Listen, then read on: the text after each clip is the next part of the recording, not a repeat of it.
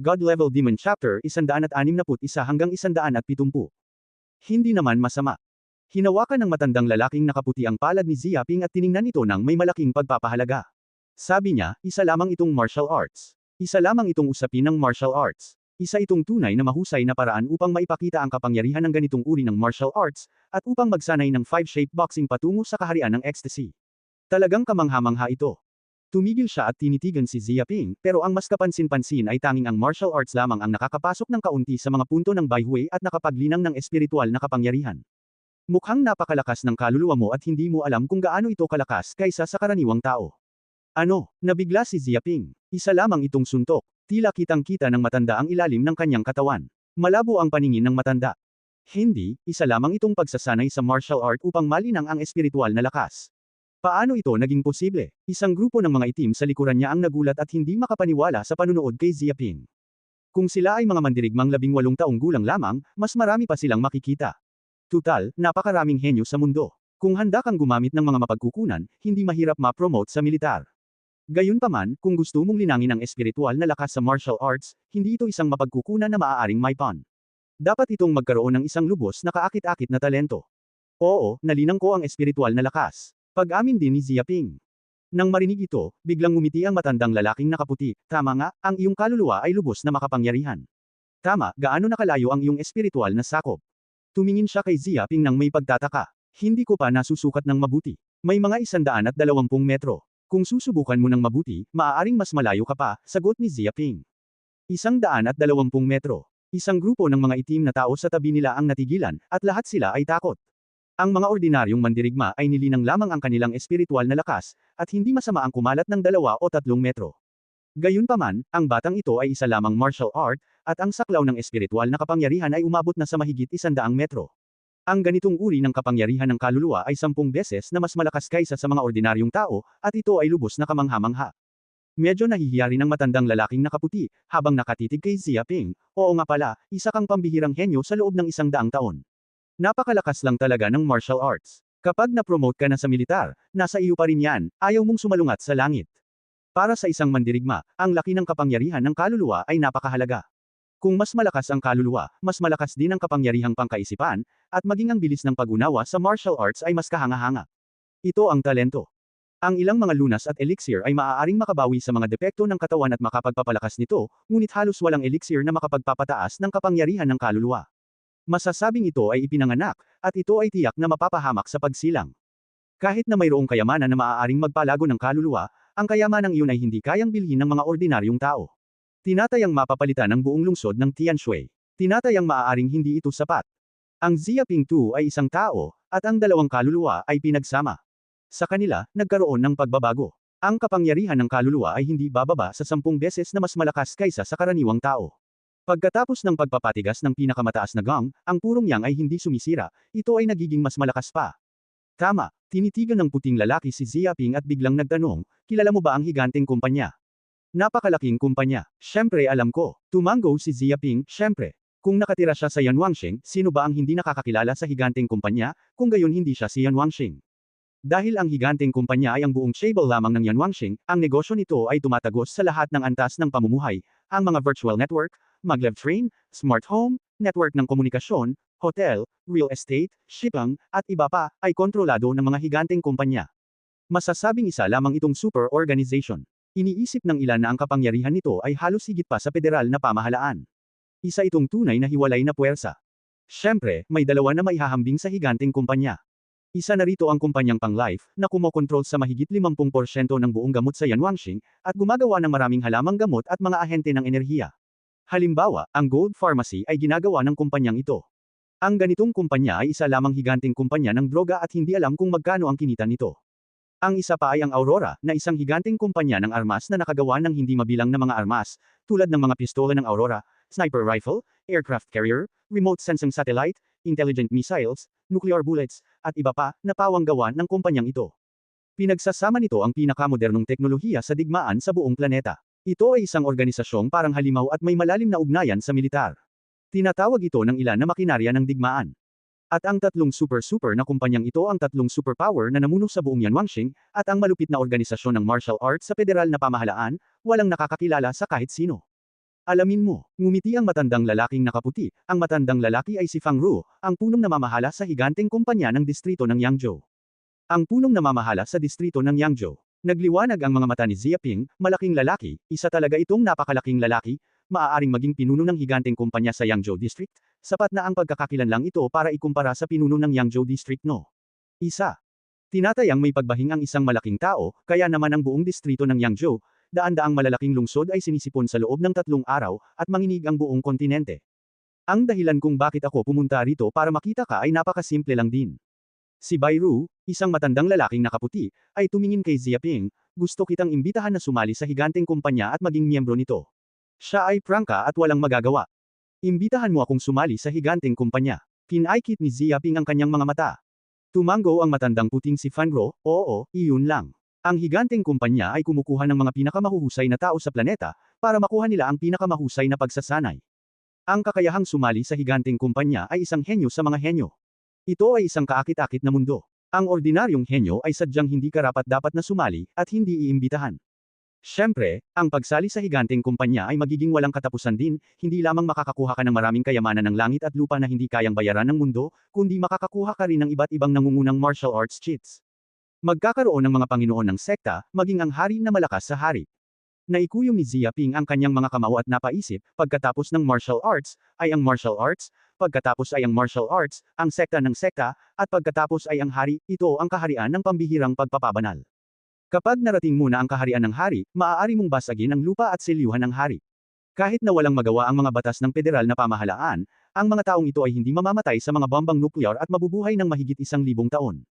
Kung may mga taong personal na pumupunta para mag-guide, hindi mo alam kung magkano ang benepisyo, kahit magbigay ka pa ng mas maraming pera, huwag ka sanang pumunta, tutal, nabibili naman ng pera ang mga taong yan. Para maabot ang antas na ito, napakadaling humingi ng pera. Sa madaling salita, hindi ko alam na maraming tao ang nagmamadaling magpadala ng pera. Masasabi ko lang na isa itong higanteng kumpanya, isa sa 3 higanti sa buong Yanwangsing, kahit ang pinakamalakas sa sitwasyon ng hari ay madali ring lumalabas, para lang turuan ang nakababatang henerasyon ng mga mandirigma. Kumusta naman? Si Bai Ru, isang matandang lalaking nakaputi, ay tumingin kay Ziaping, napakahalaga ng kota na ito. May ilang pamilya na gustong sumali sa bilyon-bilyong federal na pera. Imposible ito. Hindi ito isang walang kapantay na henyo. Walang ganoong pagkakataon. At mayroon ka ng pagkakataong ito ngayon. Basta't makapasa ka sa pagsubok, maaari kang sumali sa higanteng kumpanya at maging isa sa amin. Ang mga itim na katabi nila ay inggit na inggit at tinitingnan si Ziaping. Ang mga taong ito ay mga tagasunod lamang ng puting matandang lalaki. Imposibleng sumali sa higanteng grupo. Hindi pa kasama rito ang batang ito na inimbitahan talaga ni Fang Lao, at napakalaki ng agwat. Pagkatapos mong sumali sa higanteng kumpanya, hindi ka na ba pwedeng mag-apply para sa kolehiyo? Gustong malaman ito ni Ziaping. Ngumiti si Fang Ru, isang puting lalaki, at sinabing, syempre hindi, kahit sumali ka sa higanteng kumpanya, maaari kang magkolehiyo, o umaasa kami na magpapatuloy ka sa pag-aaral sa kolehiyo, magpapatuloy sa pag-aaral, at magiging mas malakas. Mauunawaan mo na ang mga universidad ng federal na pamahalaan ang siyang mga base para sa pampublikong pagsasanay ng mga tauhan ng militar, at ang mga pangunahing organisasyon ng martial arts ang siyang mga lugar kung saan nagtatrabaho ang mga estudyante sa kolehiyo pagkatapos ng kanilang pagtatapos. Naniniwala akong alam mo rin na ang ilang mga sundalo ay pumipiling sumali sa isang pribadong kumpanya pagkatapos makapagtapos ng kolehiyo, at ang ilan ay pumipiling lumikha ng sarili nilang mga kumpanya, ang ilan ay sumasali sa federal na pamahalaan, ang ilan ay naging mga tauhan ng militar, at iba pa. Ngunit upang makipagkompetensya para sa mga potensyal na mandirigma, maraming puwersa ang nagsimulang makipagkompetensya mula pa sa high school. Tumango rin si Ziaping. May potensyal ba ang mandirigma na pumasok sa larangan ng martial arts? Halos malinaw na ito mula pa noong high school. Halos walang pagkakamali. Siyempre, may ilang mga marka sa high school na karaniwan lamang, at lumilitaw noong kolehiyo, ngunit bibihira ang mga ito at napapabayaan. Kaya naman, maraming organisasyon ng martial arts ang magbibigay pansin sa mga mahuhusay na tauhan ng militar ng mga pangunahing universidad. Kapag mayroon na silang kaunting potensyal, sila ay huhulihin at pipirmahan ng maaga upang pahintulutan ang kabilang partido na sumali sa kanilang sariling organisasyon. Tutal, napakaraming henyo, ang iba ay kukuha ng isa pang kulang, at syempre kailangan muna nilang maging malakas. Pero ano ang ibig sabihin ng paglilitis na ito?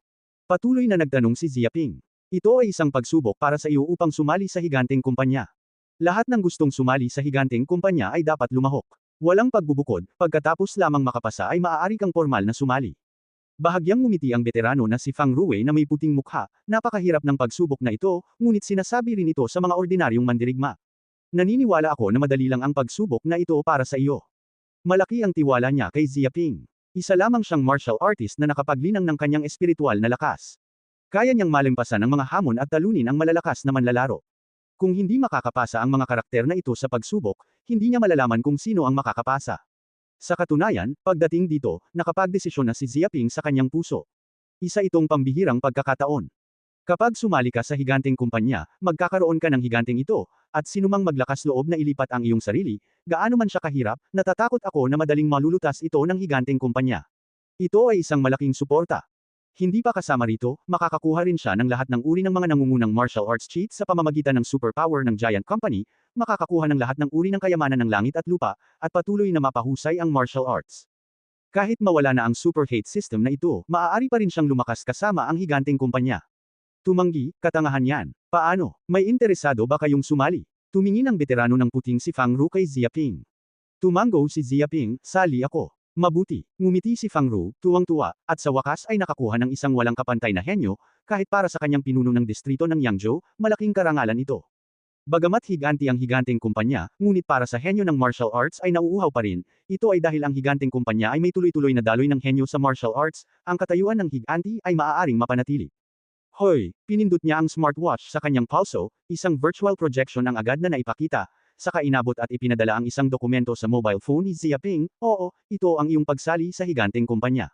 Ang kontrata ng pagpirma, ang kontratang pinirmahan, ay may legal na epekto, kahit na sumali ka sa higanteng kumpanya. Makakaasa kayo na maluwag pa rin ang kontrata ng higanteng kumpanya para sa militar. Kinuha ni Ziaping ang kanyang cellphone at maingat itong tiningnan. Medyo maluwag ang kontrata ng Giant Company para sa militar.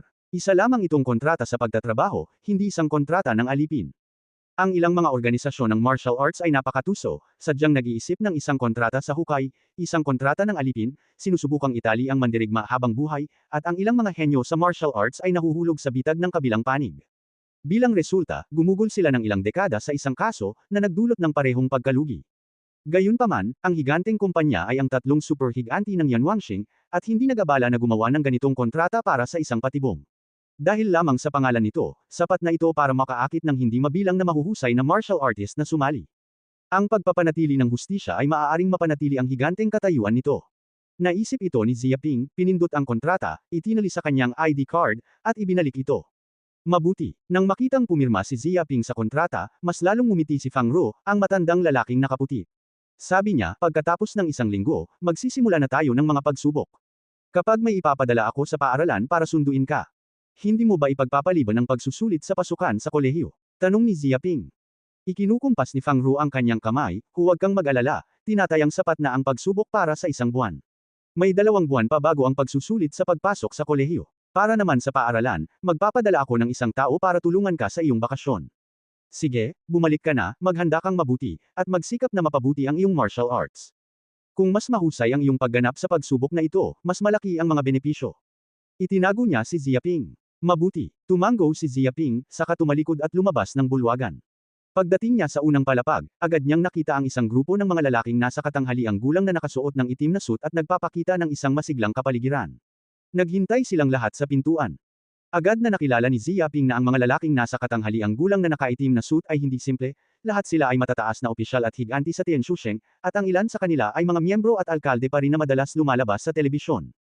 Kahit na siya ay isang taong walang pakialam sa politika, alam niya ang reputasyon ng mga taong ito. Kung tutuusin, kung palalampasin mo, ang grupong ito ng mga taong ito ay para sa buong araw ng lungsod ng Tianshui. Zia Xianshan. Sa pagkakataong ito, isang matabang lalaki na may malaking tiyan ang lumapit. Tumingin siya kay Ziaping nang may ngiti at masiglang sabi. Ikaw ba? Pinaikit ni Ziaping ang kanyang mga mata. Hindi niya kilala ang matabang lalaki, pero hindi niya alam kung bakit niya naisip na pamilyar ang lalaki, na parang nakita na niya ito kung saan. Ako si Feng Shan, ang ama ni Feng Hetang. Nakangiting sabi ng matabang lalaking nakasot. Tama nga, ama ni Feng Hetang. Bahagyang tumingin si Ziaping, hindi nakakapagtaka na sa tingin niya ay pamilyar ang lalaking ito, pero dapat pala ay nanood na siya ng live broadcast sa TV, nakita ko na siyang binubugbog ang anak niya, pero ngayon ay ganito na lang ako kaadik sa sarili ko. Sa katunayan, minamaliit pa rin ni Ziaping ang kahalagahan ng pagsali niya sa higanteng kumpanya. Tinatayang walang mas nakakaalam tungkol sa pakikilahok ni Ziaping sa higanteng kumpanya kaysa sa malalaking lalaking ito ng Tianshuseng. Nangangahulugan ito na si Ziaping ay nagsimula na sa isang malawak na landas ng martial arts. Sinumang imbitadong sumali sa higanteng kumpanya, hanggat hindi nahuhulog sa gitna ng daan, tiyak na ito ang magiging hari ng sitwasyon. Kapag naging hari ka na, maaari mo agad siyang punitin, at ang kapangyarihan nito ay napakalakas na kaya mong hayaang yumuko ang mga tao, kahit na ang kapangyarihan ng federal na general ay hindi pareho. Tulad nila, ang pamilyang Tianshusheng ay nakaharap sa malakas na hari, at maaari lamang maging masama at mapang-akit, dahil hanggat hindi masaya ang kabilang panig, sa casual na pagsasalita, ang pamilya ay mawawala kinabukasan, at ang siyam ay masisira. May isip na malakas ang kilabot ng hari. Sa harap ng ganitong kaakit-akit na kinabukasan na may maliwanag na kinabukasan, na nakaharap sa ganitong magiging hari, hindi nila malalaman kung kailan mahina si Ziaping, lumapit sila, at maghihintay hanggang sa lumaki si Ziaping bilang isang hari. Sa oras na iyon, natatakot ako na baka hindi man lang sila makapasok sa pinto. Si Tio Feng pala, bagamat hindi alam ni Ziaping kung bakit ganoon kasigla ang mga taong ito, alam din niya na hindi niya kailangang maging tapat at matakot sa mga taong ito. Nang marinig ito, ngumiti si Feng Shan at tila tuwang-tuwa, napakagalang talaga ni Zia Xianshan. Hindi mo masyadong malinaw kung sino ang mga tao rito. Maglalakas loob akong ipakilala ka. Iniunat niya ang kanyang kamay at itinuro ang isang lalaking nasa katanghaliang gulang na nakasuot ng itim na suit sa harap, na may pambansang mukha, na may makapangyarihang kamahalan ng nakatataas. Ito ang alkalde ng Qinfei sa aming Tianshui City. Maganda ang lungsod ng Qin. Tumingin si Ziaping sa alkalde ng Qin at tumango at bumati. Ang tansya niyang ito ay ang ama ni Qin Muiang. Ito ang alkalde, ang matandang soro na dumaan sa pagiging opisyal, at ang lungsod ay napakalalim. Kahit natalo niya si Qin Muiang sa finals, hindi nagpakita ng anumang hindi nais na emosyon ang kabilang panig. Magalang si Zia Xianshan, binabati kita sa pagsali sa higanteng kumpanya. Mula noon, natatakot ako na ito ay magiging isang napakabilis na pag-angat. Sa hinaharap, ito ay tiyak na magiging pagmamalaki ng Tianshusheng. Bahagyang ngumiti si Qin Fei at napakamaayos. Pagkatapos, itinuro ni Feng Shan ang isa pang lalaking nasa katanghaliang gulang na napaka-elegante at may gintong salamin. Kamukha ito ni Sven, ito si Liu Jianghe, pangalawang alkalde ng lungsod ng Tianshui.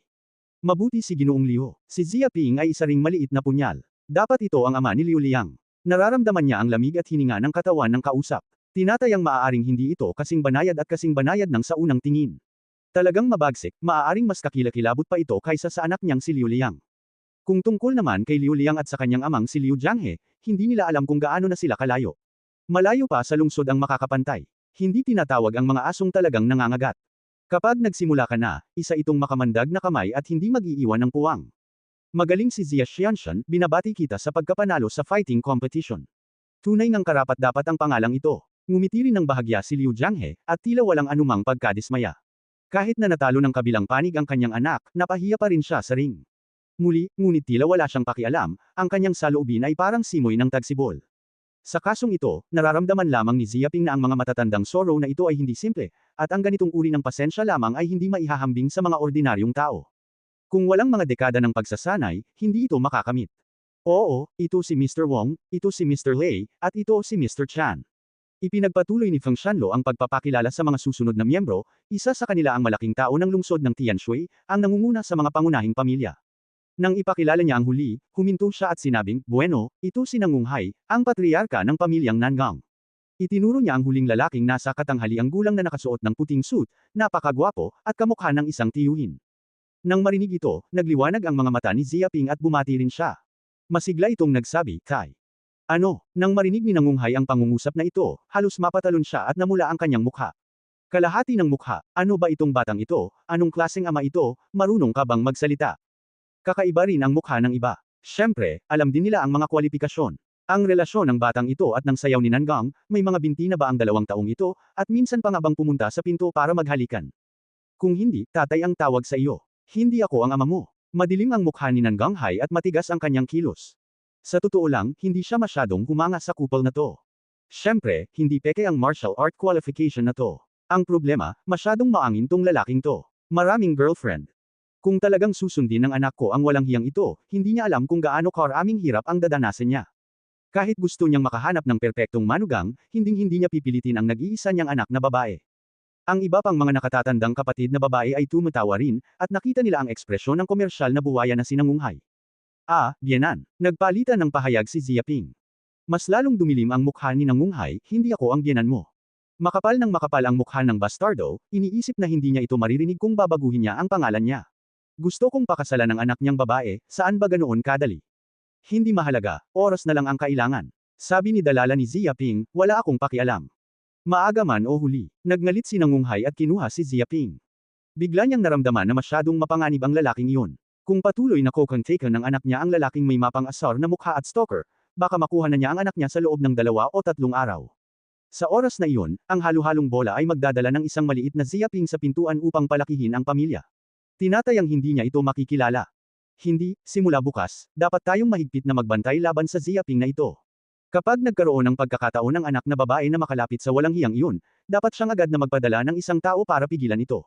Naikuyong ni Nangunghay ang kanyang mga kamao at agad na itinuring si Ziyaping bilang ang pinakamapanganib na tao. Ubo, nang makita ang mukha ni Nangunghay na nababaliw sa cocaine, hindi napigilan ni Feng Shan na umubo at lutisin ang problema ni Nangunghay. Zia Xianyo, sa totoo lang, nandito kami para hanapin ka dahil sa isang bagay. Bukas ng gabi, magkakaroon tayo ng salo-salo sa Tianshui Hotel, na inilaan para sa pagtanggap sa mga henyo ng ika-16 na kompetisyon sa pakikipaglaban. Sana ay magustuhan ninyo ang inyong mga mukha. Sinabi niya ang layunin ng mga taong pumunta rito. Nagdaos sila ng cocktail party na ito at umaasa na marami sa kanilang mga inapo ang makakasalamuhan ng kaakit-akit na ito at magkakaroon ng magandang ugnayan.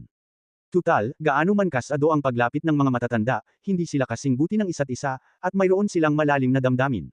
Sige, siguradong sasali ako sa oras na to. Nag-atubili sandali si Ziyaping, at sa wakas ay tumango. Tutal, hindi naman siya maaaring tumanggi dahil sa mga tensyosyeng daksi na ito. Sa anumang kaso, sinabi ng aking mga magulang, pati na rin ng iba't ibang kamag-anak at kaibigan, na nakatira sila sa lungsod ng Tianshui, at nandito sila sa lugar na ito. Hindi ko na kailangang makipag-ugnayan sa mga nakatatandang kapatid na ito. Maganda sana yan, imbitasyon ito, sana makapunta at makabisita si Zia Xianyo, nakangiting sabi ni Feng Shan. Tumango si Ziyaping. Matapos matanggap ang imbitasyon, tumalikod siya at umalis. Sa sandaling pag-alis niya sa lugar na ito, ang mga mata ni Ziyaping ay nagpakita ng bahid ng matinding pagpatay. Sa pagkakataong ito, hindi niya balak umuwi, kundi ang pumatay. Sa labas ng lungsod ng Tianshui, walang nakatagong tao sa isang nakatagong bodega. Ito ay itinuturing na isang scrap warehouse, at lahat ng uri ng basurang metal ay nakatambak sa malapit. Sa oras na ito, mayroong isang grupo ng mga tao na natipon sa bodega, at nasa paligid ito. Boss, hinalughog na ang lugar na ito. Tiningnan ng isang lalaking itim ang kabuuan ng lalaki at sinabing, walang taong manigarilyo sa paligid, at kakaunti lang ang karaniwang pumupunta sa bodega na ito. Isa na itong lugar para magtapon ng basura. Kahit may sumigaw pa rito, wala talagang makakahanap nito. Napakagandang lugar ito para magtago. Bamantong hininga rin ng isa pang lalaking itim, ilang oras na ang nakalipas, iniimbestigahan din namin ang sitwasyon ng pamilyang Ziyaping, ang mga surveillance camera na dumadaan sa kalsada, at ang mga umaatres na pila. Nilinaw ko na hindi ito naging imposible. Kapag nadala na ang pamilyang Ziyaping, maaari na tayong tahimik na maglaho at ligtas na umatras sa bodega na ito para masigurong walang matuntan na anumang palatandaan ang mga pulis. Veterano siya sa pagkidnap at pamilyar sa mga bagay na ito. Labis na nasiyahan si Joe Kwan, magaling ang ginawa ko. Nanalo lang itong si Ziyaping sa paligsahan sa pakikipaglaban, at lahat ay nakakakuha ng atensyon. Nag-aalala ang buong lungsod, isa itong pampublikong figure. Kapag nawala ito, magkakaroon ng kaguluhan. Kailangan mong gawin ito ng walang tagas, kung hindi ay makikita ng pulisya kung ano ang may depekto at kailangan natin itong tapusin. Napakahigpit ng tono niya at walang maaaring mangyari na pagkabigo. Habang pinag-uusapan ito, isang lalaking itim ang nag-atubili sandali, at sinabing, Boss, wala na tayong ebidensya na pinatay ni Ziyaping si Joding at ang iba pa. Kung gagawin natin ito sa kanila, sa wakas ay mahahanap natin ang maling tao. Natatakot akong mangyari ito. Malaking problema ito. Gayunpaman, si Ziyaping na ito ay isang pampublikong figure at kilala ng hindi mabilang na tao. Kapag nailabas na ang mga aksyon natin, natatakot ako na agad silang paghahanapin ng mga pulis. Napakagalang ng mukha niya. Tutal, hindi naman kilalang tao itong si Ziyaping. Nanalo lang siya sa fighting competition at itinuturing na isang sikat na tao. Kapag nawala ang taong iyon, tiyak na manginig ang mga pulis. Kahit hindi sila nagtatagas ng mga bagay, pakiramdam nila ay may takot sila, palaging pakiramdam na maaaring may mga tagas sa ilang mga lugar, pagkatapos ay maaari silang mahuli ng pulisya, patay na walang lugar na mamamatay. Para manahimik ka, sumigaw si Joe Kwan at tinitigan ang sarili niyang kamay, ipinapakita ang kanyang kakilakilabot na pagpatay, ebidensya. Mali ba ang pagkakaintindi mo? Kailangan ng pulisya ng ebidensya, kami ang mga taong nasa ilalim ng lupa, kailan pa namin kailangan ng ebidensya ng paggawa ng mga bagay-bagay. Basta't may kadudadad ang punto, sapat na. Mas mabuting pumatay ng 1,000, hindi isa. Kahit na mali ito, maituturing na malas lamang ito. Palagi kong pinapatay ang mga pulubi, at hindi lang ang pamilya niya ng Ziyaping ang naapektuhan. Para sisihin siya, nang ahas siyang hikayatin ako papunta sa pamilya Joe. Ito ang paraan niya ng pagpatay at paghihiganti. Mamamatay tao siya, at isusumbong niya ito. Isa lamang itong mabangis at malupit na ahas. Hanggat ang kalaban ay kanyang minamasdan, isa-isa siyang mamamatay at hindi kailanman susuko. Kawawang lalaki. 4 o 5 itim ang umiling at labis na naawa kay Ziyaping. Isa ring henyo ang batang ito, at walang hanggan ang kanyang kinabukasan. Kung siya ay isang araw, maaari siyang maging isang malakas na master ng master class. Pero ngayong tinitigan na ito ng isang mga awit, kalahating talampakan na lang ang layo nito sa impyerno, walang kinabukasan. Ang henyo ay kakilakilabot lamang kapag lumaki na, at ang mga henyong hindi pa lumaki ay ganoon din. Makinig ka, tinitigan ko ang sarili ko ng ilang beses, ang pagkabigong ito, tanging ang tagumpay lamang ang hindi nabibigo, dapat ay walang kapintasan, kung sino man ang may kapintasan, kukunin ko ang kanyang buhay. Bago ang kanyang mga salita, isiniwalat niya ang kakilakilabot na pagpatay. Opo, boss, natigilan ang ilan sa mga lalaki. Hindi sila nang ahas na magsalita laban sa kanila. Alam nila ang kilabot ng kanilang boss, at wala silang sinabi, at hindi sila kailanman naging walang awa. Hindi na kailangan, buhay nila, tutulungan kitang kunin ito. Bigla, isang boses ang umalangaw sa bodega, at biglang umalangaw sa lugar na ito, parang tunog ng kamatayan. WHO. Bilang isang ganap na tao sa militar, pakiramdam niya ay marahas siyang nakatayo at ramdam niya ang panganib ng kamatayan sa paligid niya. Lumiit ang bawat butas ng kanyang katawan. Hoy! Sa isang kisap mata, 4 o 5 bato ang agad na lumipad palabas ng himpapawid, at ang hangin ay naputol sa himpapawid, tulad ng isang itim na kidlat, na may matinding suntok. Ilang beses, ang 4 o 5 lalaking itim na nakatayo roon ay walang oras para gumanti. Agad na tinusok ng mga bato ang kanilang mga ulo, parang mga pakwan, at tumalsik ang dugo. Pagkatapos ay bumagsak ang kanilang mga katawan sa lupa ng ganito, lumikha ng isang pagkabigla at nagtalsik ng maraming alikabok. Isang hinga lang, patay na ang mga lalaking ito. Bastos, sino ba yan? Sino ang pumatay sa akin? Galit na galit si Joe Kwan kaya't isang hindi kilalang lalaki ang naglakas loob na patayin ang sarili niyang mga kamay, nabalot ng galit ang kanyang mga baga sa pagsabog. Oo. Sa oras na ito, isang figure ang lumitaw sa dilim, hakbang-hakbang, at ang mga yabag ng paglalakad ay tila tumatapak sa puso ng pagtibok ng tao, na puno ng isang tensyonadong kapaligiran. Zia Ping. Nang makita ang figurang ito na lumilitaw, palaging lumiliit ang mga mata niya, hindi siya makapaniwala sa sarili niyang nakita. Ang kalaban na ito na haharapin niya ay lumitaw pala sa kanyang harapan, talagang hindi kapanipaniwala. Nagulat siya noong una, kailan nabunyag ang plano niya. Bakit personal na hinanap ng batang ito ang pinto at pinatay ang sarili niyang mga tauhan? Ikaw si Joe Kwan, ang nakatatandang kapatid ni Joe Ding. Mahinang tiningnan ni Zia Ping si Joe Kwan. Nabalitaan kong balak mo pa ring magpadala ng isang tao para dukutin ang pamilya ko. Gusto ko pa nga akong patayin. Hindi maliit ang tapang mo. Paano mo gustong mamatay? Pero, ang mahinahong tono ay nagdulot ng isang kakilakilabot na pagpatay, na nagpapakita ng kanyang matinding galit. Kung hindi lang niya alam ng maaga ang plano ngayong linggo, natatakot akong naaksidente na ang pamilya niya. Hindi niya kailanman mapapatawad ang isang napakabangis na kaaway. Paano mo nalaman ang plano ko? Hindi ko alam ang lahat tungkol dyan. Masasabing pansamantala lang ang plano niya, at sa loob lamang ng ilang oras, kahit gustuhin pa ng sarili niyang mga tauhan na ibenta ang kanilang mga sarili, wala nang ganoong oras. Humayo ka at magtanong sa hari, baka may malaman siya. Isang putok, ang dobleng manual ni Zia Ping. Ang unang uri ng ulo ng pako, 7 palaso ang tumatagos sa puso. Hoy! Sa isang kisap mata, 2 o 3 bato ang lumipad, pinupunit ang hangin, na nagtataglay ng isang kakilakilabot na kapangyarihang tumatagos. Kapag nataman, kahit libu-libong kilo ng malalaking bato ay matutusok. Nakakatawa, pati ang maliliit na martial arts ay naglakas loob ding gamitin ang martial arts ko. Alam mo ba ito ng mag-isa? Nakangising sabi ni Joe Kwan, ipinapakita ang kahulugan ng kalungkutan, at ang galit ng marahas na katawan. Humakbang siya sa lupa gamit ang kanyang mga paa, at natapakan niya ang isang malaking malalim na hukay, at ang graba ay tumalsik at sumigaw. Ang buong tao ay parang isang galit na halimaw. Boom! Bigla, isang suntok, isang buong kamao ang lumitaw, isang patong ng puting liwanag, ang gas ay pinatay, na nagpapakita ng lakas ng walang laban, isang kakilakilabot na alulong sa hangin, tulad ng isang tigre. Ang 3 batong agad na lumilipad ay hindi magkalapit, at agad silang nadurog at naging pulbos ng mga suntok ng isa't isa. Medyo may kasanayan naman. Kumislap ang mga mata ni Zia Ping, at agad niyang nakita na mas malakas ang linggong ito kaysa kay Qin Muyang. Bagamat lahat ay martial artist, ang isa ay veterano na sa labanan, at ang isa naman ay baguhan na kakapromote lang. Magkaiba talaga ang dalawang ito. Nakakatawa, tinitigan ni Joe Hong si Zia Ping, sabay ngisi, sa tingin mo ba, sa loob ng ring, ang pagkatalo sa isang baguhang kakapromote lang sa mundo ng militar ay walang talo sa mundong ito. Isa itong biro. Matagal na akong na-promote sa militar, at medyo na-temper na ako sa katawan. Pagkatapos ng 100 labanan, wala pa akong nakikitang eksena. Maihahambing ba ang bulaklak sa greenhouse? Kahit hindi ko alam kung paano mo nalaman ang plano ko, hindi na mahalaga. Babaliin ko ang buong katawan mo at babaliin ang mga baga mo, at pagkatapos ay dahan-dahan kang pahihirapan. Maniwala ka sa akin, kailangan mong maghintay para sa isang buhay na hindi humihingi ng kamatayan. Ang kanyang mga salita ay naglalaman ng matinding pagpatay at nakakakilabot. Ang mga salita ay bumagsak lamang, agad na bumaril si Zhou Quan, ang buong tao ay parang isang itim na lobo, ang mga binti ay parang bola ng kanyan, lumipad sa isang iglap, pinupunit ang hangin. Ang kanyang bilis ay napakabilis, ang kanyang katawan ay puno ng puting likas na ugali, naglalabas ng malupit na kapangyarihan, at mabilis na tumatakbo na parang buhawi. Bigyan mo ako ng kamatayan. Sumigaw si Zhou Quan, sumuntok at nagpaulan ng 10,000 libra, sapat na para mabasag ang lahat.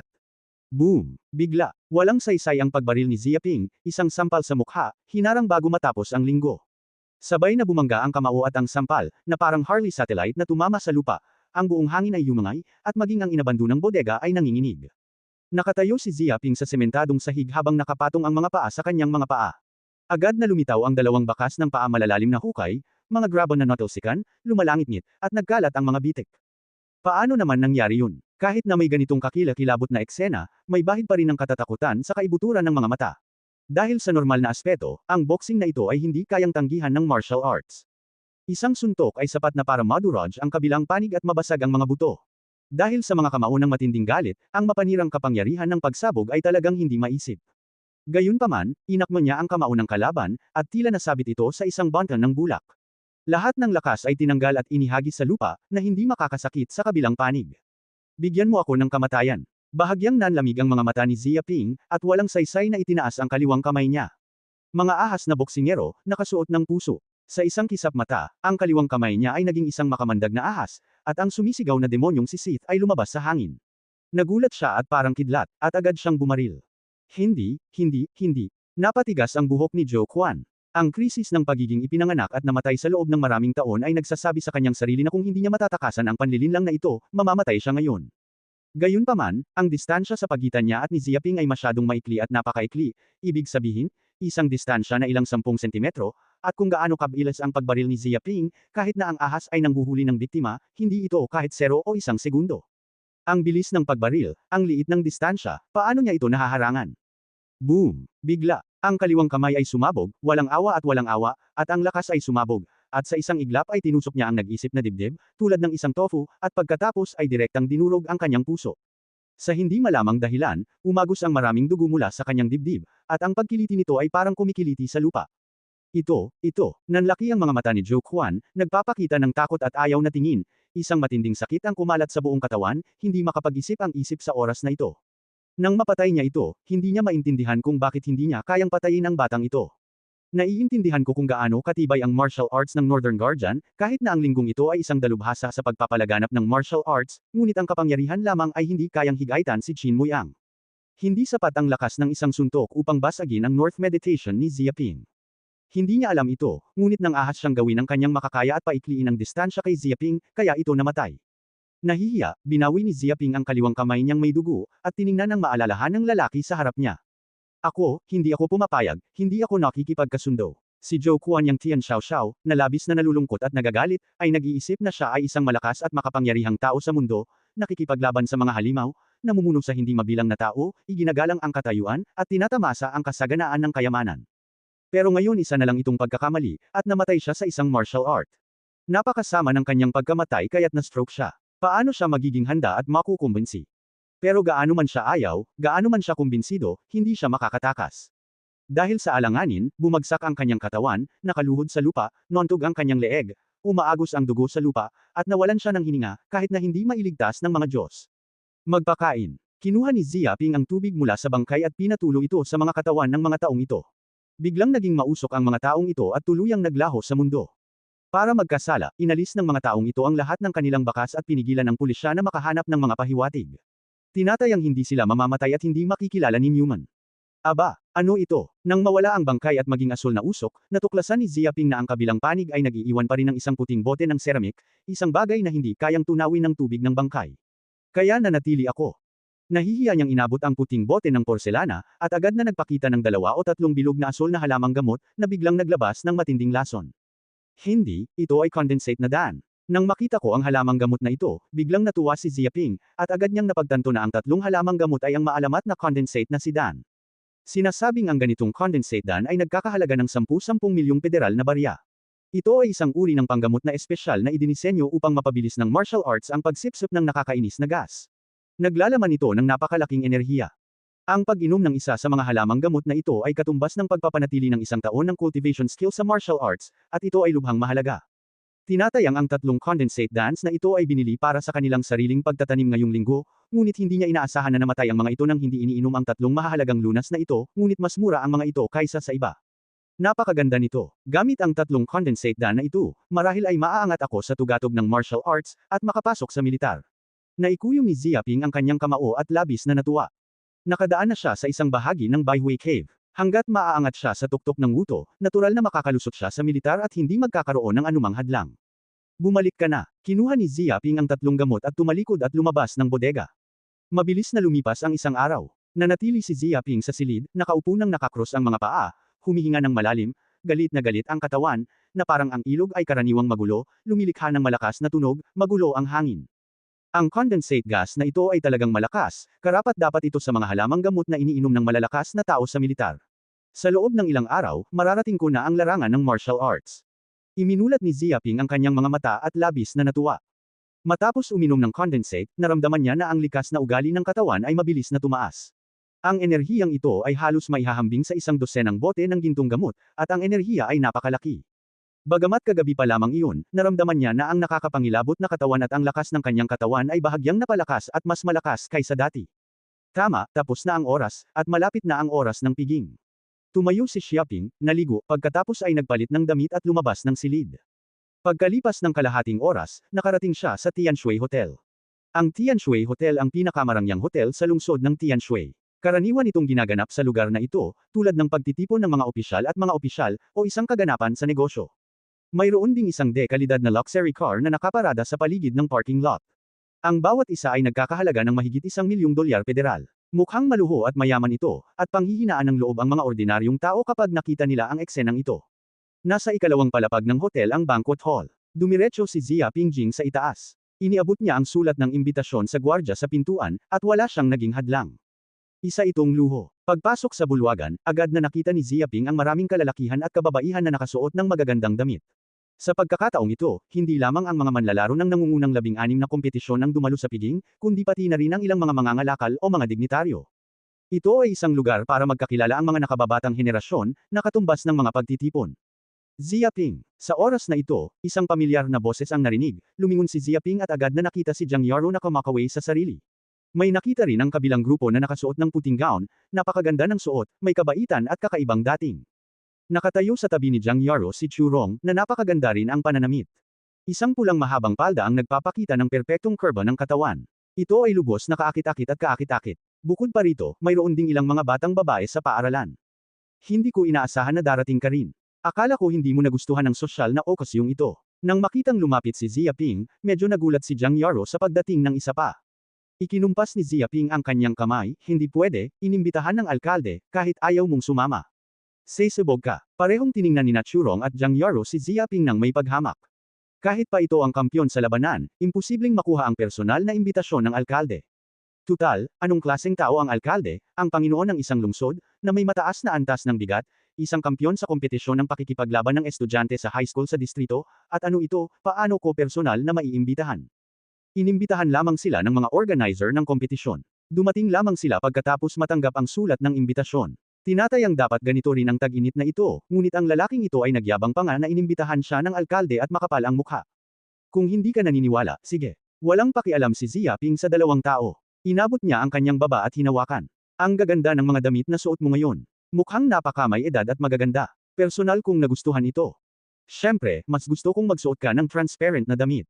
Mas makabubuti kung hindi mo ito tatakpan. Mas natural ito. Sinabi niya ang estilo ng paborito niyang damit. Tanga, namumula sina Jiang Yaro at Chu Rong, may pares ng malalaking mata na nakatitig sa walang hiya, sumisigaw na magsuot ng transparent na damit. Anong klaseng damit ang transparent? Talagang magsuot ng ganoong klaseng damit, ano ang hindi nito isinusuot? Ang pagkakaiba. Sinabi rin na sa pagkakataong ito ay purong natural na utot, ito ay isang primitibong tao, kahit na ito ay atresado, hindi na ito maibabalik sa ganitong kaga. Ang taong ito ay malinaw na nag-iisip ng isang bagay na hindi nakakahiya at hindi pa nailigtas. Oy, hindi ba't si Xiaoping ito? Mukhang ito talaga ang kampyon sa kompetisyon ng pakikipaglaban. Pumunta talaga siya, napakaganda, gusto kong makakita ng mga totoong tao. Bigla, isang grupo ng mga batang babaeng nakabihis sa di kalayuan ang tila nakatuklas sa anyo ni Xiaoping. Bulalas nilang lahat at pinalibutan sila. Mabilis silang kumilos, at agad nilang pinalibutan si Xia Ping, at siya nga pala, sina Churong at Jiang Yaro at ang iba pa ay napilitang mamuhay ng walang anumang seremonya. Oo, ako si Xia Ping, parang isang pekeng kapalit. Naramdaman din ni Xia Ping na nanalo siya ng kampyonato at napunta sa TV. Tinatayang naging sikat na siya sa Tianshusheng. Bilang isang sikat na tao, kahit saan ka magpunta ay sentro ng atensyon ng karamihan, at ito ay patok sa maraming babae.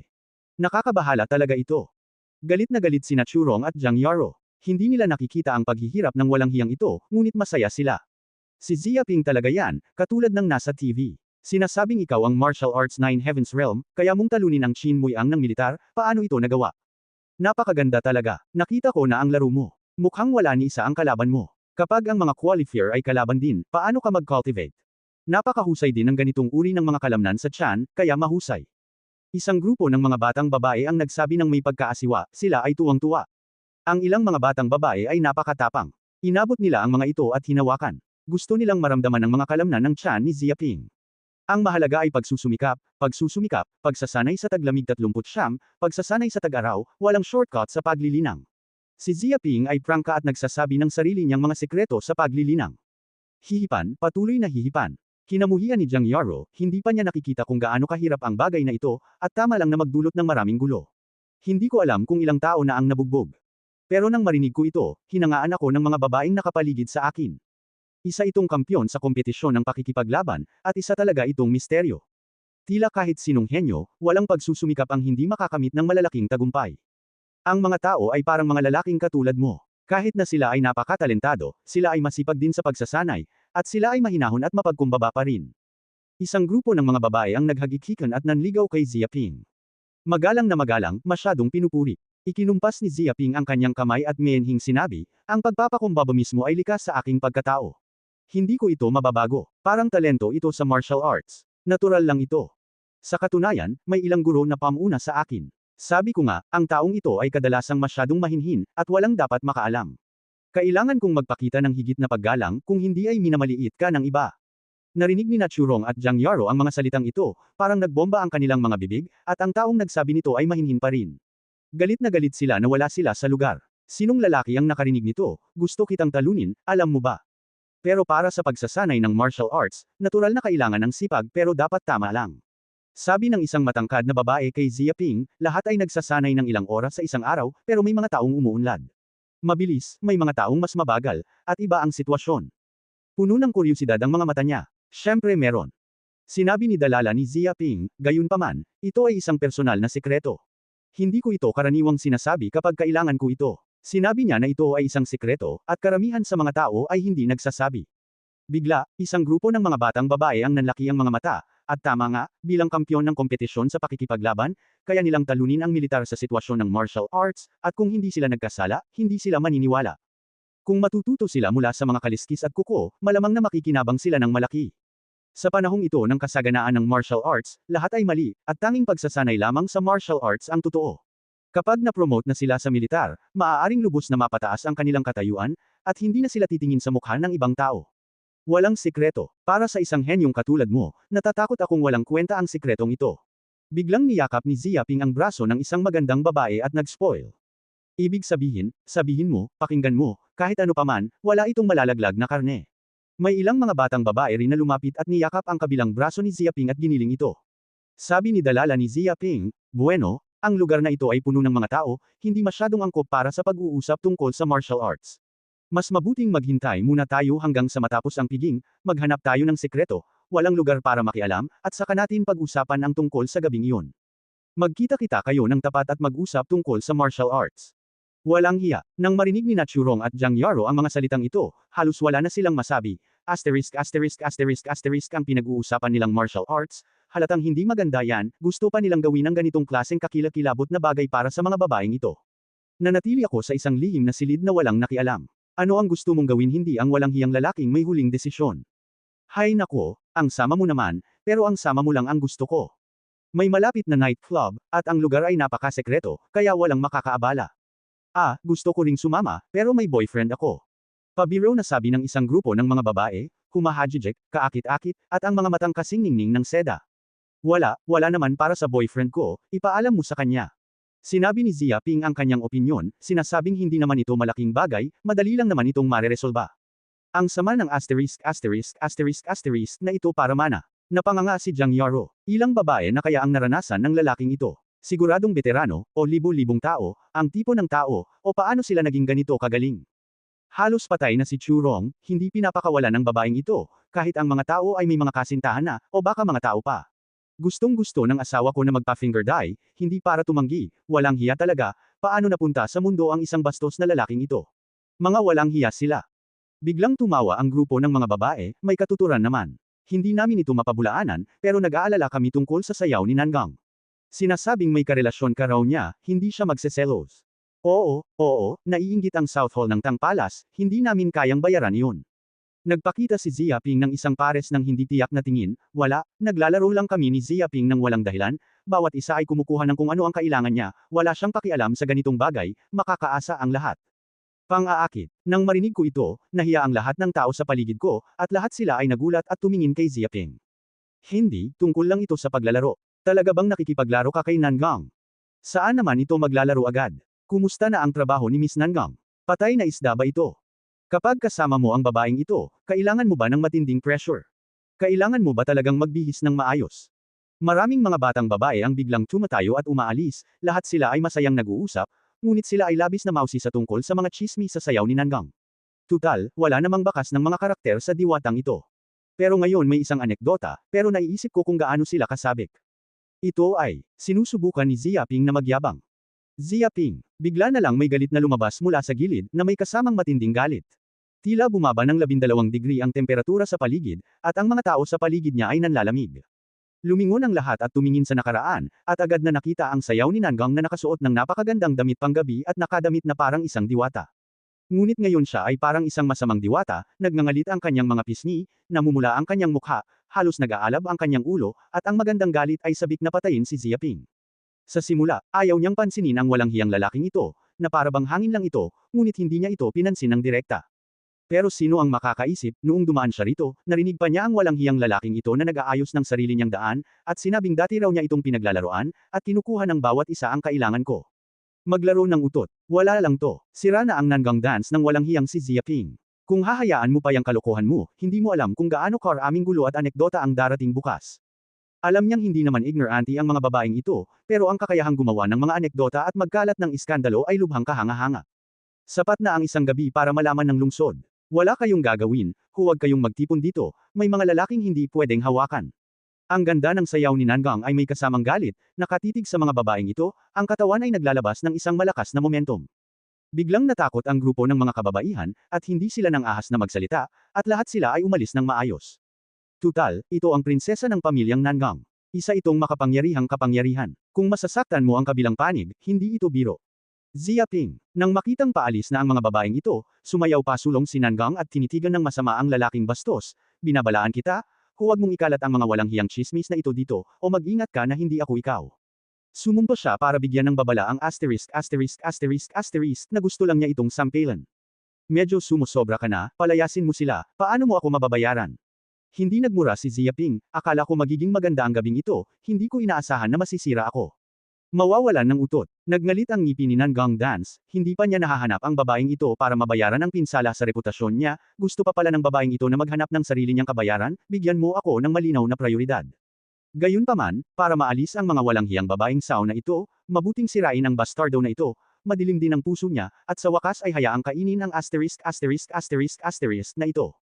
Tumingin din sina Jiang Yaro at Churong kay Nangang dance ng may awa. Tinatayang biktima rin ni Zia Ping ang babaeng ito. Hindi ko alam kung gaano kasakit ang pinahihirapan ng lalaking ito. Ganito rin sila.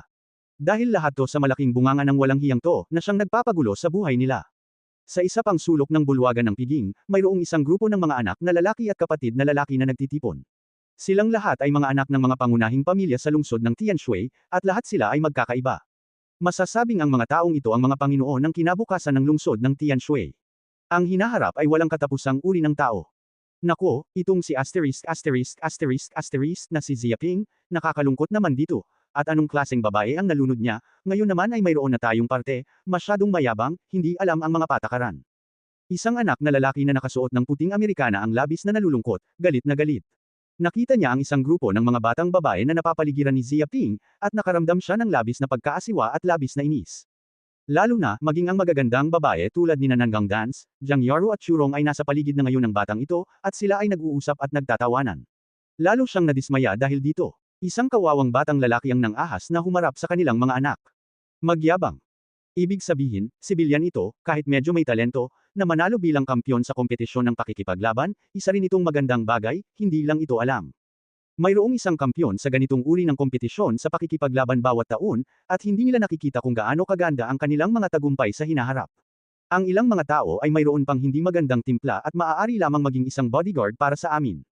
Isa ring lifeguard ang lalaking ito, basura, at naglakas loob pang magpanggap na 5 tao sa harap natin. Hindi ko talaga alam kung ano yun. Sino ang nag-imbite sa batang ito na pumunta rito? Siya ang kampyon sa kompetisyong ito ng pakikipaglaban. Imposibleng imbitahan siya. Utut, ang piging na ito ay personal na ginanap ng alkalde. Gusto kong magtanong sa isang taong hindi miyembro ng pamilyang Qin.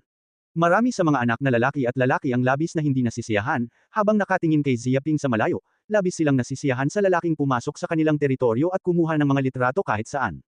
Parang sarili kong tahanan ang pakiramdam na ito, sinasalakay ng mga tagalabas, kahit ang babaeng ito ay nakikinig pa rin. Ginagampanan ng kanyang magandang asawa, tinatanong kung sino pang lalaki ang makakatiis sa sitwasyong ito. Shinge, sinabi mo ba ang pangungusap na ito, paano haharapin ang bagay na ito? Tanong ng anak na nakasuot ng puting suit kay Chinmoy ang nakatabi niya, lahat ay tumingin sa nakaraan, tutal, si Chinmoy ang pinuno ng kanilang grupo. Kung pag-uusapan pa lang ang kasaysayan ng pamilya, nangunguna na rin sa kanila si Chinmoy ang, hindi pa kasama ang martial arts. Sa oras na ito, pagkatapos ng isang araw ng emergency treatment, maayos na rin ang mga pinsala ni Chinmoy ang, kahit papaano ay hindi kasing lala ng kahapon. Pero mabuti ang pisikal na pinsala, pero ang pinsala sa puso ay maaaring gumaling ng hindi gaanong simple. Noong una kahapon, sa tuktok ng ring, lahat ay nakaagaw pansin, at plano ni Chinmoy ang nalubusang talunin ang Zia Ping na ito, ipahiya at ipakita ang kanyang prestihiyo. Ngunit sino ang mag-aakalang siya ay napahiya, tulad ni Zia Ping, na parang isang patay na aso, ay naging isang katatawanan, at ang buong lungsod ng Tianshui ay naging usap-usapan. Habang naglalakad sa kalsada, tila naramdaman ni Chinmoy ang napinagtatawanan siya ng lahat, at malinaw na sinabi ang isang malaking usapan, kahit na napromote sa militar, walang hanggan ang tanawin, ngunit nawala pa rin, ang pagkawala ay labis na nakalulungkot, hindi mapag-aalinlanganan. May mga taong naghihinala pa nga na ang mandirigmang ito ay isang parallel, hindi para i-promote ang mukha ng droga, na lalong nagpapainis at nagpapagalit kay Chinmoy ang para kay Zia Ping. Oo, Shinge, kailangan mong harapin ang bagay na ito. Ibig sabihin, hayaan mong manatili ang lalaking ito rito, wala lahat ng babae rito sa kanyang mga kamay. Hindi mo nakikita ang hitsura ng taong iyon, malinaw na gusto mong pumunta rito para maghasik, ay para saktan ang ating pangunahing lungsod ng Tianshui. Dapat ikaw ang namamahala sa anak na babae ng pamilya, kung hindi ay magiging labag sa batas ang bata. Maraming anak na lalaki at kapatid na lalaki ang nasasaktan at nagdadalamati, lalo na kapag nakakakita sila ng ilang babaeng gusto nila, at madalas nila itong pinababayaan. Ngayon, pumunta sila kay Body Shopping, at maganda ang kanilang itsura, kakilakilabot ang sao. Pakiramdam nila ay parang sinampal sila sa mukha, berde ang kanilang mga ulo, at patuloy pa rin nila itong ginagawa.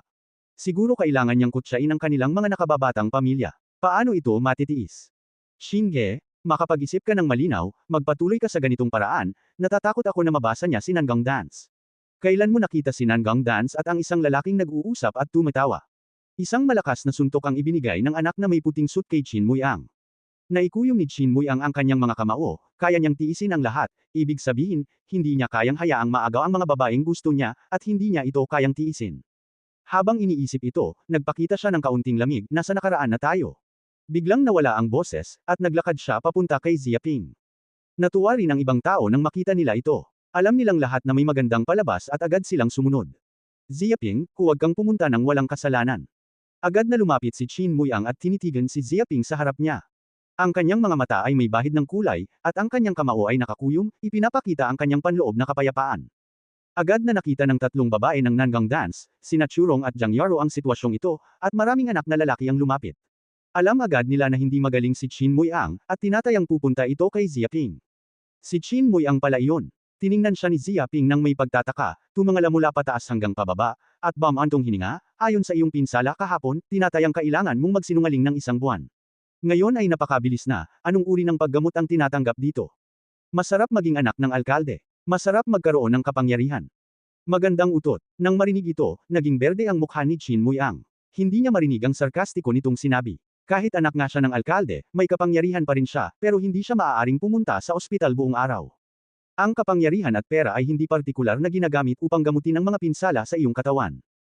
Ang iba pang mga anak na lalaki at mga anak na lalaki ay pawang nanginginig sa sulok ng kanilang mga bibig. Nakakahiya ang bibig ngayong tag-init, at hindi ito mapagpatawad. Malinaw na ito ay para saktan ang mga tao hanggang sa mamatay, at hindi sila walang awa. Si Nangang Dance at ang iba pa ay hindi rin makapagsalita at hindi alam ang sasabihin. Ziaping, huwag kang masyadong mayabang. Naikuyom ni Chin Mui ang kanyang mga kamao at kitang-kita sa kanyang mga mata ang galit, huwag mong isipin na napanalunan mo ako sa ring. Isa lamang akong malaking pagkabigo. Sa hinaharap, nasa harap kita, at isa ka lamang langgam, hindi ka dapat banggitin. Bakas sa mukha niya ang isang napakakumpiyansang hitsura. May tiwala ka sa sarili mo. Mahinahong tumingin si Ziaping kay Chin Mui Ang. Ngumisi si Chin Mui Ang, hindi ito tiwala sa sarili, kundi katotohanan. Kailangan mong malaman na ang mundong ito ay likas na hindi pantay. Ang ilang mga tao ay ipinanganak na mataas ang antas, tinatamasa ang kasaganaan at kayamanan, ang kanilang mga gusto, kinukuha ang lahat ng uri ng makalangit na kayamanan, at sumusulong sa pagiging mga dalubhasa sa martial arts tulad ng pag-inom ng tsaa. Ganoon lang kasimple. Gayunpaman, ang ilang mga tao ay ipinanganak sa kailaliman ng lupa, ordinaryong pamilya, niyuyurakan ng iba, at nagsusumikap habang buhay, ngunit sinisikap din nilang maging tagasunod at bigyan ng iba ng aso. Dapat mo ring malaman kung sino ako at kung anong klaseng tao ka. Nabunyag ang paghamak ng kanyang mga mata, at labis siyang nahumaling dito. Ang pagtingin sa mga mata ni Ziaping ay parang panunood ng isang langgam. Hindi nagsalita si Ziaping, kaya't mahina niyang tiningnan si Chin Mui Ang.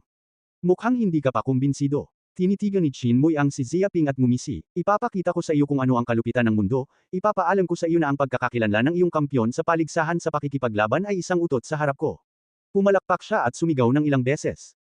Shin Shaoye. Sa oras na ito, mula sa malayo, 2 o 3 lalaking nasa katanghaliang gulang na nakasuot ng itim na suit at matipunong pangangatawan, na nagpapakita ng malakas na ugali, agad silang lumapit kay Chin Mui Ang, yumuko ng yumuko, at ang kanilang kilos ay lubos na magalang.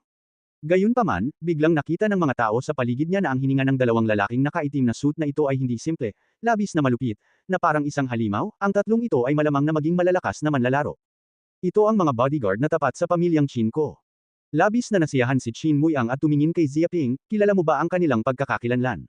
Isa sa kanila ang kampyon ng Tianshuseng High School Fighting Competition 20 taon na ang nakalilipas. Ang isa ay kampyon 18 taon na ang nakalilipas at ang isa naman ay kampyon 16 na taon na ang nakalilipas. Silang tatlo ay malalakas sa militar, labis na malupit. Pero maaari lang silang maging mga bodyguard ng pamilya Chin ko at ibigay sa akin ang pamilya Chin bilang aso. Payag ako. Ano, nang marinig ko ito, nagulat ang mga tao sa paligid ko at hindi makapaniwalang tiningnan ang tatlong lalaking nakaitim na suit. Nakita nila na ang tatlong tao ay puno ng mga bodyguard, tahimik at tapat, at hindi makapaniwala. Ang tatlong taong ito ay dating kampyon ng Tianshuseng High School Fighting Competition.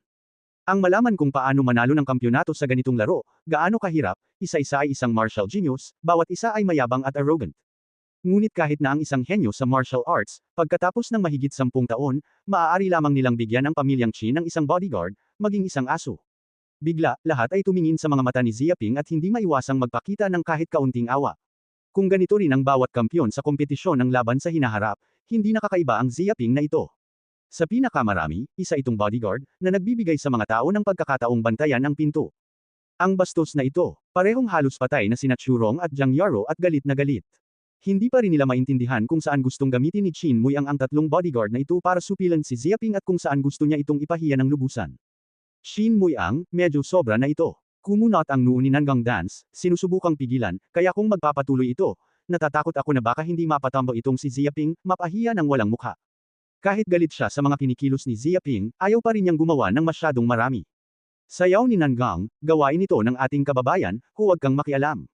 Nakatitig si Chin Mui Ang sa sayaw ni Nangang, ang kanyang mga mata ay pula, parang isang baliw na leon, na may matinding pagkasakal. Nang maramdaman ang pagkasakal na ito, hindi umatras si Nangang Dance ng ilang hakbang, agad niyang alam na ang kabilang panig ay naglalabas ng tunay na galit, kung ganito nga, maaaring hindi siya maglakas loob na bumaril. Tutal, ang alitan sa pagitan ng pamilyang Nangang at pamilyang Chin ay sanhi, at ang mga kahihinatnan ay masyadong seryoso.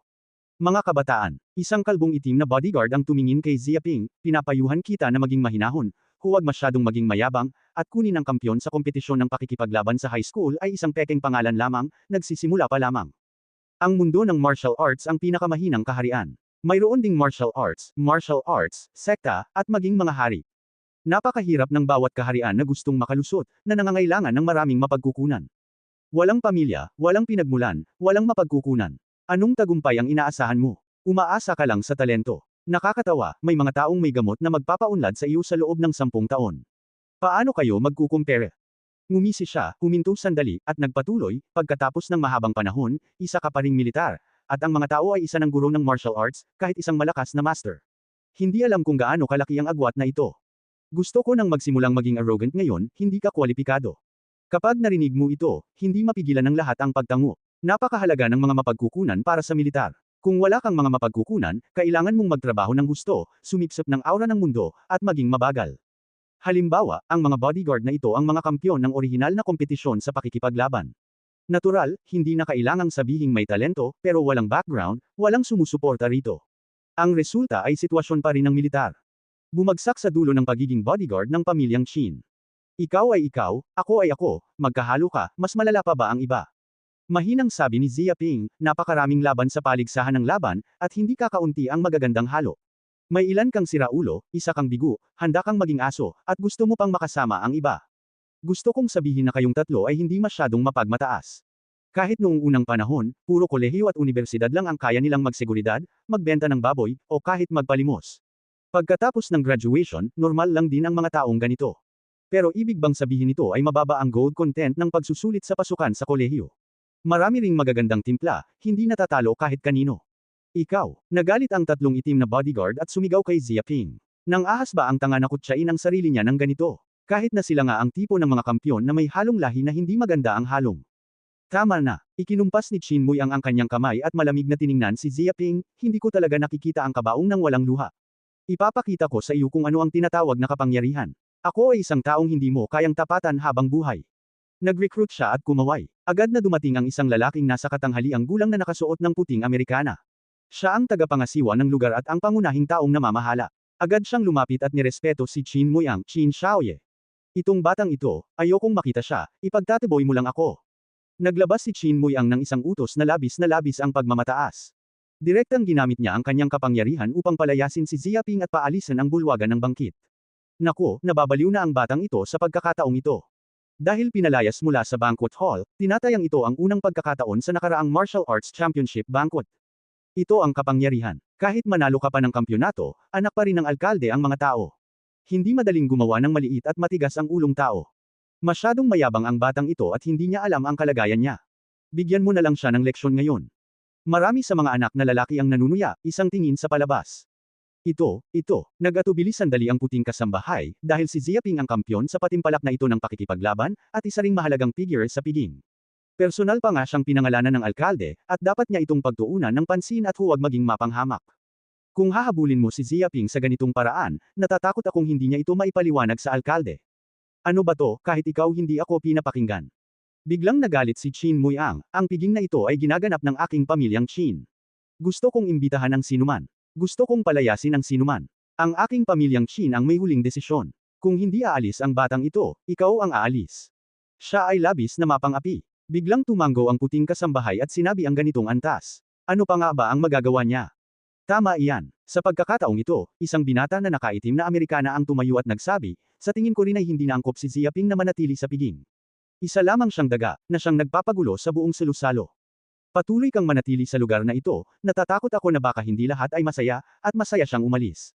Agad na napatingin ang lahat dito. Ang binata na nagsalita ay si Liu Liang. Nabigla silang lahat. Ito ang anak ng pangalawang alkalde, pangalawa lamang kay Qin Mui ang. Dati, ang dalawang taong ito ay ipinanganak para mamatay, pero ngayon ay nasa nagkakaisang frente na sila, ang layunin ay maalis ang Xia Ping na ito, bigyan mo ng leksyon ang lalaking ito. Naalala rin ng ilan na sina Liu Liang at Xia Ping ay naglaro na dati, ngunit natalo rin sa ring, at natalo ng labis, hindi alam kung ilang mukha ang natalo. May isip na ang sama ng loob ni Liu Liang kay Xia Ping ay tinatayang hindi mas mababa kaysa kay Qin Mui ang. Tunay nga, totoo rin iyon. Nang si Xia Ping ang puntiryahin, nagmaneho siya palabas ng bulwagan. Agad na tumalon palabas si Liu Liang, nagdagdag ng mantika at suka, at buong tagumpay na nahulog sa bato. Galit siya kay Xia Ping, isang basurang sibilyan, ngunit nang ahas siyang talunin ang sarili sa ring, hinayaan si Liu Liang na mawala ng ganito kalaking mukha, paano niya natitiis ang ganitong tono? Kahit siya ay nakaramdam na bahagya pa ring masakit ang kanyang mga sugat. Kahit nagamutin siya ng nutrient solution, halos nawala ang kanyang sakit sa bone marrow. Halos maging anino na lamang ito. Oo, sa tingin ko. Isang insulto sa amin na ang ganoong tao ay lumilitaw sa piging. Kung hindi aalis ang batang ito, tara na, tingnan natin. Nang tumayo si Liu Liang, mayroon ding 12 anak na lalaki na tumayo rin at sabay-sabay na sumigaw kay Ziyaping, nakatitig sa kanya ng may malamig na mga mata, lahat ay nagpapakita na hindi sila aalis kay Ziyaping, aalis sila. Lahat ay kinilabutan. Sino sa mga anak na ito ang hindi tagapagmana ng mga pangunahing pamilya ng lungsod ng Tianshui, at nakakatakot na patayin ang isa sa kanila upang gulatin ang buong lungsod? Pero ngayon, nagkakaisa ang mga taong ito para harapin itong si Ziyaping, pero naiisip ko kung ilang araw ng galit at puot na ginawa ng batang ito, at naging magkaaway na sila sa publiko. Aba, tapos na talaga ang batang ito. Tinerbo ako ng mga pangunahing pamilya ng lungsod ng Tianshui at kinasusuklaman ako ng alkalde at bise-alkalde.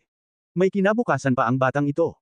Walang duda na nang kumalat ang balitang ito, walang organisasyon ng martial arts sa lungsod ng Tianshui ang nang-ahas na imbitahan siya.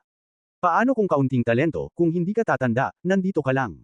Ito ang daan patungo sa kamatayan. Sa harap ng kapangyarihan, isa lamang itong sibilyan, ibig sabihin, ang mga langgam, na gustong tapakan ang kamatayan at apakan ang kamatayan. Isang grupo ng mga tao ang umiling at tumingin kay Ziyaping na nasa harap nila ng may matinding awa. Sa simula, ang lalaking ito ay nanalo sa kompetisyon ng pakikipaglaban at nagkaroon ng magandang kinabukasan.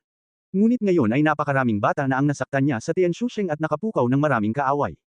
Ang ganitong karakter, kahit na ito ay isang maliit na talento sa martial arts, ay matatalo sa lalong madaling panahon.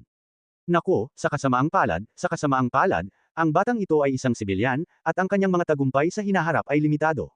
Sa di kalayuan, isang grupo ng mga anak na lalaki at mga anak na lalaki, umiling din si Feng Hetang, labis na nalungkot na tumingin kay Ziyaping, kahit na hindi niya gusto si Ziyaping, kahit na sa mga kwalipikado, binigyan din niya ang lalaking ito ng kabayo. Gayunpaman, magandang laban ito sa loob ng 3 araw. Medyo emosyonal. Kapag nakita mo ang lalaking ito, hindi niya maiwasang makaramdam ng kaunting kalungkutan. Isa rin itong kampyon sa paligsahan ng pakikipaglaban. Walang katapusan ito, ngunit tinatrato ito ng ganito, sa harap ng napakaraming tao. Ang mapahiya at mapalya sa bulwagan ay parang aso sa bahay. Walang paraan, ito ang realidad. Gaano man kahanga-hanga ang iyong talento, isa itong sulyap ng hindi paglaki. Gusto kong yumuko at igalang ng mga batang ito. Pangarap lang ito, hindi sapat. Sa harap ng napakaraming taong umaapak sa iyo at humihiya sa iyong dignidad, wala kang magawa at tanging matiis mo lang. Nakamumuhi. Nang makita ito ni Jiang Yaro, labis siyang nagalit. Hindi niya inaasahan na ang mga taong ito ay magiging ganito kasuklam-suklam. Nagsanib puwersa pa nga sila para harapin si Ziyaping. Sinusubukan niyang magsalita, ngunit pinigilan siya ni Churong. Umiling ang huli sa kanya, at hindi kumilos ng padalos-dalos. Anak siya ng may-ari ng martial arts hall. Walang mas nakakaalam tungkol sa mga kakilakilabot na bagay ng mga anak na ito ng pamilya kaysa sa kanya, kahit na sandali lang silang nandito sa lugar na ito. Pero pagkatapos noon, hindi magandang bagay na masaktan ang grupo ng mga anak na ito. Kahit na kayo pa ang magkatuluyan, maaaring hindi kayo makapagdulot ng malaking pakinabang sa inyong sarili. Ngunit madaling masaktan ng mga anak na ito ng pamilya at umasa sa kapangyarihan ng kanilang mga kamay para pahirapan ka. Kung seryoso ka, baka pagod ka na rin sa pamilya mo. Bagamat hindi sila nagkakasundo, sila lamang ang mga walang kapangyarihan at matiis lamang nila ang kahihiyang ito. Ayaw, hinding-hindi, ito ang realidad. Nang makita ang nangyayari, umiling din si Nanggang Dance, hindi nagsalita. Ngayon, halos lahat ng kapatid ng mga pangunahing pamilya sa lungsod ng Tianshui ay tina-target si Ziyaping. Gusto nila siyang tignan ng mabuti. Tinatayang kahit tumayo pa siya ngayon, hindi ito makakatulong. At nasaktan siya ng mga pangunahing pamilya sa Tianshusheng. Hindi siya gagawa ng mga ganoong katangahang bagay.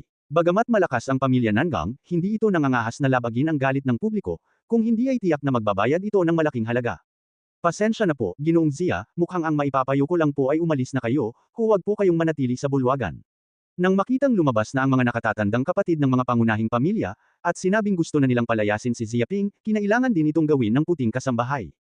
Tutal, ang anak ng alkalde, ang anak ng bise-alkalde, at ang mga anak ng mga pangunahing miyembro ng parlamento, nang sabay-sabay, sino ba ang makakatagal sa ganitong pressure?